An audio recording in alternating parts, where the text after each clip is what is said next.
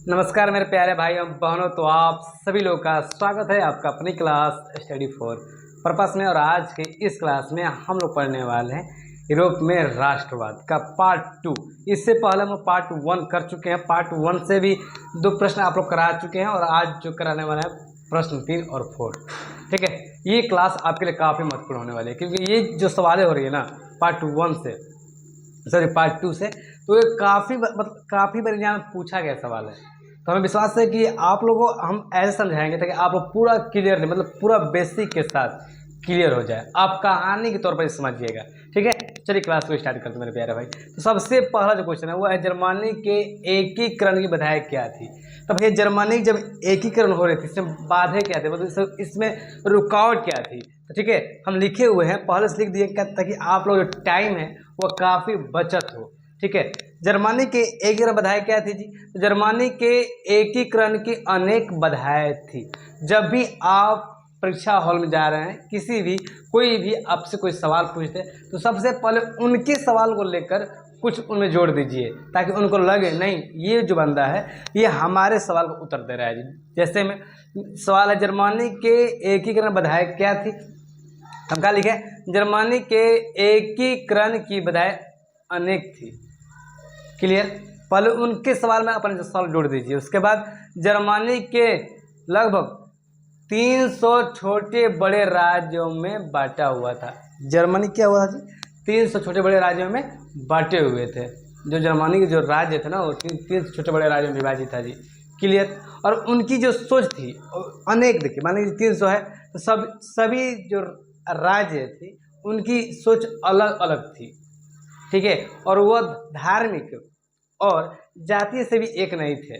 कौन, जर्मनी के जो राज्य था वो सब, तो वही कहा गया था जर्मनी के एकीकरण सबसे बड़ा बाधा क्या थी। तो जर्मनी के एकीकरण की अनेक बाधाएं थी। जर्मनी लगभग 300 छोटे बड़े राज्यों में बटा हुआ था।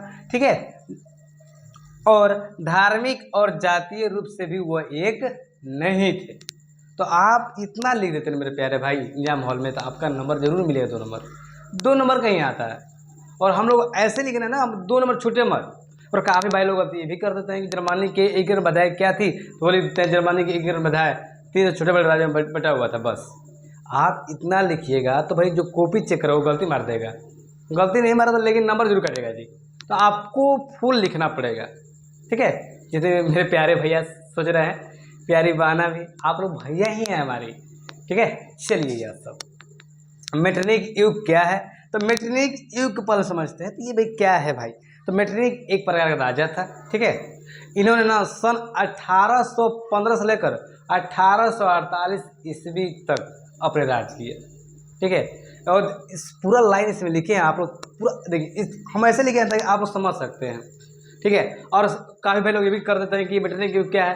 तो सन 1815 से लेकर 1848 ईस्वी के इतिहास काल को ही क्या कहते हैं, मेटरनिक युग के नाम से जानते हैं। इतना ही कुछ बच्चे लिख देते हैं, लेकिन हम लोग 2 नंबर पाना ना है भाई, तो कुछ लंबा लिखना होगा। ठीक है, चलिए पहले आज इस बात को समझते हैं मेटरनिक युग क्या है। तो मेटरनिक अपने समय का सबसे महत्वपूर्ण और सबसे प्रतिभाशाली राजनयिक था। इन्होंने यूरोपीय राजनीति में इतनी प्रमुख भूमिका निभाई कि सन 1815 ईस्वी से लेकर 1848 ईस्वी के इतिहास काल को मेटरनिक युग के नाम से जाना जाता है। समझ गए आप लोग मेटरनिक युग क्या है। तो मेटरनिक जो थे एक राजा थे। इन्होंने सन 1815 से लेकर 1848 ईस्वी तक शासन किया। ठीक है, कहाँ, यूरोपीय सभ्यता में।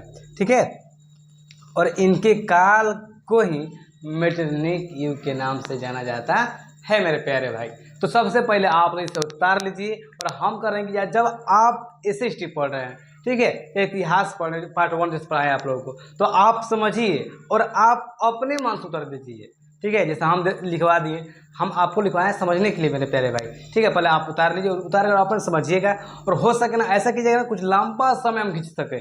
ठीक है, मान लो सवाल इतना है, हमको आंसर देना है, तो हम इसको अब अपना बढ़ा चढ़ा लिख देना कि हमको थोड़ा नंबर मिल जाए अपने व्यवस्था में। हाँ, इसी टॉपिक पर होना चाहिए ना कि हम बोले मेटरनिक युग क्या है तुम गाना लिख दो, ऐसा नहीं करना चाहिए। ठीक है, काफ़ी लोग गलती करते हैं। नहीं, अभी पढ़ लीजिए, समय है हम लोग का। ठीक है मेरे प्यारे भाई, चलिए स्टार्ट कर लिया, आप लोग लिख लीजिए।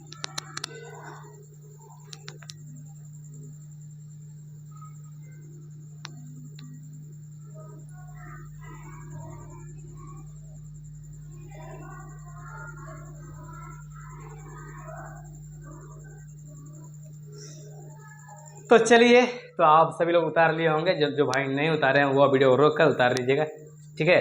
और इतने जुड़ने के लिए धन्यवाद मेरे प्यारे भाई। बिरुआ तरफ से प्रणाम। और जो मेरा नाम है वो है बिरू, ठीक है। वो भी बहुत ही क्लास लो चल रहा है ना। चलिए धन्यवाद, थैंक्स फॉर वाचिंग मेरे प्यारे भाई, प्यारी बहना, बाय।